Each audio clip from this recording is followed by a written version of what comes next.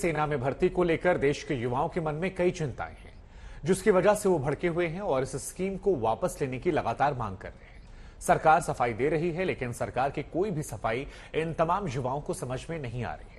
इन प्रदर्शनकारी युवाओं के जो सबसे बड़े सवाल हैं, उस पर नजर डाल लेते हैं। सवाल क्या है?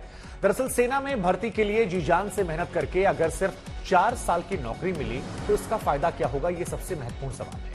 दूसरा सवाल यह है कि अगर 4 साल बाद रिटायर होने पर उन्हें कोई ग्रेच्युटी या पेंशन जैसे लाभ नहीं मिलेंगे तो ऐसी नौकरी देने का आखिर मतलब क्या है।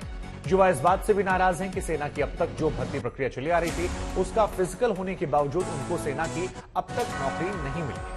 इन तमाम युवाओं को यह कहना है कि अग्निपथ पॉलिसी लागू होने के बाद सेना भर्ती के लिए लिखित परीक्षा, फिजिकल टेस्ट दे चुके नौजवानों की उम्मीदों पर पानी फिर गया है।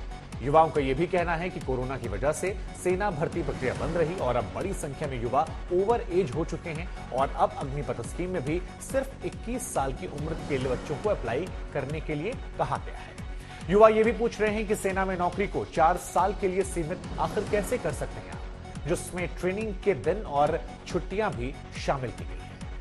लेकिन इन सब के बीच में केंद्र सरकार और राज्य सरकार भले ही ये कह रही हैं कि विभिन्न मंत्रालयों, अर्धसैनिक बलों में अग्निवीरों को प्राथमिकता मिलेगी, लेकिन ऐसा लग रहा है इन तस्वीरों को देखने के बाद कि युवा इससे शायद संतुष्ट नहीं है। उनकी बड़ी चिंता यही है कि 4 साल बाद आखिर वो लोग करेंगे तो करेंगे क्या, और इसी चिंता ने उन्हें अग्निपथ स्कीम का विरोध करने के लिए सड़कों पर उतरने के लिए मजबूर कर दिया है।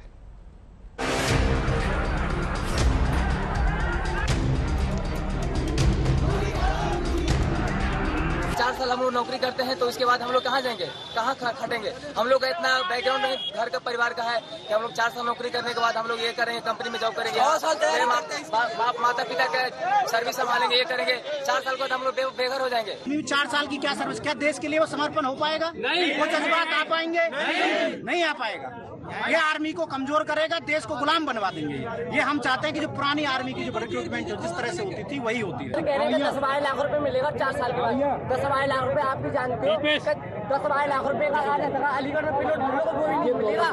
और मकान बना लो, 10-12 लाख रुपए बन जाए मकान तो मैं तो अपनी गर्दन काट दूं। जिसके भविष्य की सुरक्षा का खुद पता नहीं है, वह देश की सुरक्षा कर पाएगा। सरकार ने दिखा दिया अपना औकात कि आज हम युवाओं के साथ क्या गलत किए हैं। रोड पाने में ये नहीं चलेगी। अब जब तक अब DTO नहीं वापस लेगी तब तक धरना हम लोग चालू रखेंगे। 17 वर्ष के 18 वर्ष की उम्र में अगर उनको नौकरी हो जाती है, 22 में वो रिटायर हो जाते हैं, 22 साल की उम्र के बाद बाकी जिंदगी वो कैसे खाएंगे, कैसे अपने परिवार का पालन पोषण करेंगे।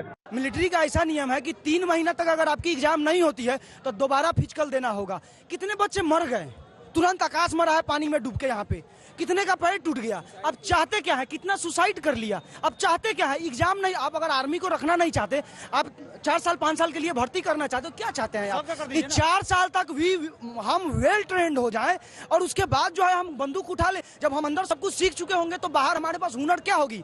झाड़ू तो करेंगे नहीं भाई। हम 4 साल तो बंदूक चला। 4 साल वाली ऑप्शन का भी विरोध।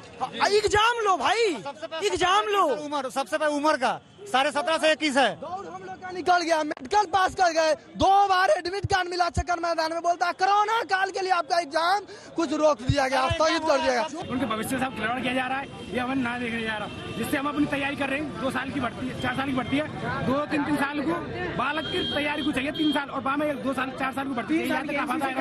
3 साल की NCC बात फायदा का है इनको। हमने पैसा ना चाहिए, हमने चाहिए पर झंडा ऊपर है। हमने ना चाहिए कि भारत में देश खत्म करो, लागू कर दे।